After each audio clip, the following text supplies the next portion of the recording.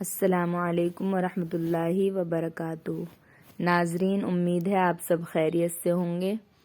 آج ہم تختی نمبر 26 نورانی قاعدے کا علامات وقف پڑھیں گے، یعنی قرآن پاک پڑھتے پڑھتے کس طرح کہاں ٹھہرے اور کہاں نہ ٹھہرے، اس کے لیے نیچے لکھی ہوئی علامات قرآن مجید میں جگہ جگہ بنی ہوتی ہیں، ان کے موافق وقف کریں۔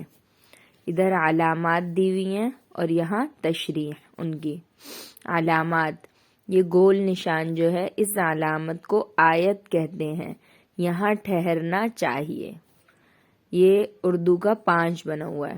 یہ مثل آیت کے حکم کے ہے، مطلب یہاں بھی ٹھہر سکتے ہیں۔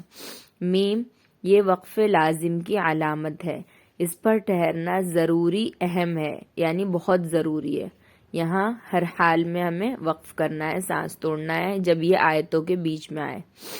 طا، وقف مطلق کی علامت ہے، اس پر ٹھہرنا چاہیے۔ جیم، وقف جائز کی علامت ہے، یہاں ٹھہرنا بہتر ہے۔ زا، یہاں ٹھہرنے کی اجازت دی گئی ہے، مطلب آیت لمبی ہے، زا کہیں آ رہا ہے تو ٹھہرنے کی اجازت دی گئی ہے۔ صاد، یہاں ضرورت کے وقت ٹھہر جائے تو رخصت ہے۔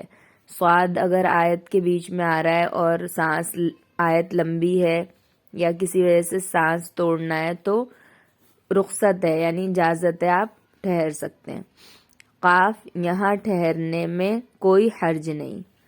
کاف، اس کا مطلب یہ ہے کہ پچھلی آیت میں جو علامت آ چکی ہے وہی یہاں بھی ہے۔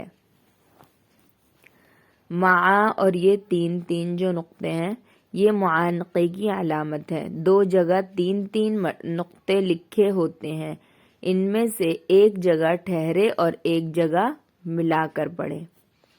قف، یہاں ٹھہر جائے تو کوئی حرج نہیں۔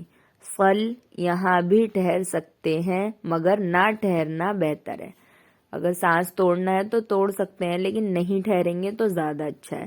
صلا، یہاں ملا کر پڑھنا چاہیے، یعنی نہیں ٹھہرنا چاہیے۔ لام الف، یہ علامت کہیں آیت پر ہوتی ہے، اس پر ٹھہرنا جائز ہے، اور جہاں عبارت کے درمیان لام الف ہو وہاں ٹھہرنا جائز نہیں۔ مطلب ایسا بنا رہتا ہے، آیت بنی رہتی ہے، اس کے اوپر لام الف ہے، تب تو ٹھہرنے کی اجازت ہے، آپ ٹھہر سکتے ہیں۔ اور اگر بیچ میں کہیں آیا ہے بغیر اس کے آیتوں کے تو وہاں ٹھہرنا جائز نہیں ہے، نہیں ٹھہرنا چاہیے۔ سین یا سکتہ، یہاں تھوڑی دیر آواز بند کرے مگر سانس نہ ٹوٹنے پائے، یعنی خاموش ہو سکتے ہیں لیکن سانس نہ ٹوٹنے پائے۔ وقفہ، یہاں سکتے سے زیادہ آواز بند کرے اور سانس نہ ٹوٹنے پائے، یعنی جتنا ہم سکتہ اور سین میں سانس کو روک رہے ہیں اتنا ہی روک سکتے ہیں، لیکن سانس ٹوٹنا نہیں چاہیے، خاموش ہو سکتے ہیں۔ ہدایت، جہاں کئی علامات ہوں تو اوپر والی پر عمل بہتر ہے۔ کئی آیتوں کے اوپر سین، لام الف، صل، کئی چیزیں یا صاد، زا، جیم اس طریقے سے ایک ساتھ بنا رہتا ہے، جو سب سے اوپر بنا ہوا ہے اس پر عمل کریں گے۔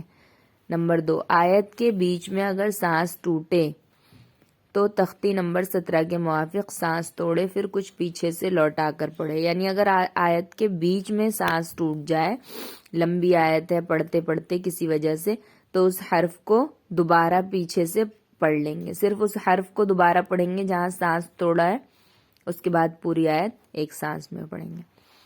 امید ہے آپ لوگوں کو سمجھ میں آ گیا ہوگا، اور اگر سمجھ میں آیا ہے تو اس ویڈیو کو لائک کر دیجئے، چینل کو سبسکرائب کر لیجئے۔ السلام علیکم ورحمۃ اللہ وبرکاتہ۔